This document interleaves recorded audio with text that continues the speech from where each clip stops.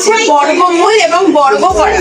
বর্গ মানে কি, কোনো সংখ্যাকে সেই সংখ্যা দিয়ে আবার গুণ করা। মানে আমি যদি বলি 7-এর বর্গ করব, তাহলে আমি যদি বলি 7-এর বর্গ করব, তার মানে কত, 7-এর মাথায় স্কোয়ার দেব। তার মানে কি, 7-কে 7 দিয়ে গুণ করবো, তাহলে 7-কে 7 দিয়ে গুণ করে 49। এটা হচ্ছে আমার বর্গ, বর্গমূল না, এটা হচ্ছে বর্গ করা মানে স্কোয়ার করা। এটাকে বলে স্কোয়ার করা বা বর্গ করা। এবার যদি বলে আমাকে 49-এর বর্গমূল করতে, তাহলে কি করবো, আমি একটা রুট চিহ্ন দেবো 49-এর মাথার উপর। তাই এটাকে আমরা বর্গমূলকে আমরা বলি স্কোয়ার রুট, বর্গকে আমরা বলি স্কোয়ার আর বর্গমূলকে আমরা বলি স্কোয়ার রুট।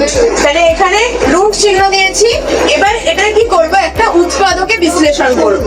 তাহলে 49-কে উৎপাদকে বিশ্লেষণ করতে গেলে আমায় 7 দিয়ে প্রথম ভাঙতে হবে। 7 গুণিত 7 49।